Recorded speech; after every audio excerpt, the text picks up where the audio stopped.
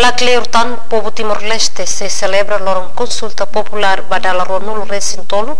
Festa né tem que celebrar a reflexão, também é momento né, povo nação né e a situação ameaçada na torturação, vai brani hakat para centro votação, onde decide Timor-Leste o Kunan. Primeira vice-parlamento nacional Maria Angelina Sarmento, jornalista segunda niha parlamento dihan, conaba comemoração tinanguruan no Recintolo consulta popular 30 de agosto, nem momento histórico.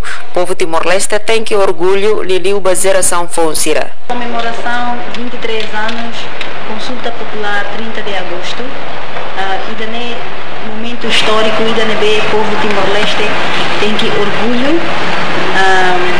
Liliu baita na geração Fonsira, amba geração Fonsira lá de hatene, história e também a jornada libertação da pátria, curso 75 metoia 99.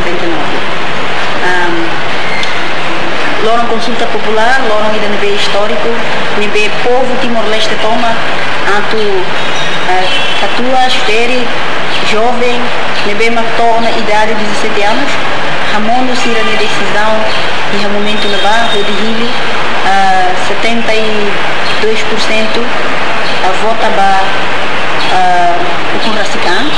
No chefe bancada UDT, deputado Francisco David Carlos Dihan, Conabato celebra Loron Consulta Popular 30 de agosto, governo foti tema, mai hametin paz no estabilidade, também a paz maki a desenvolvimento. Pilar Mina Franco, Domingues Soares, STL News.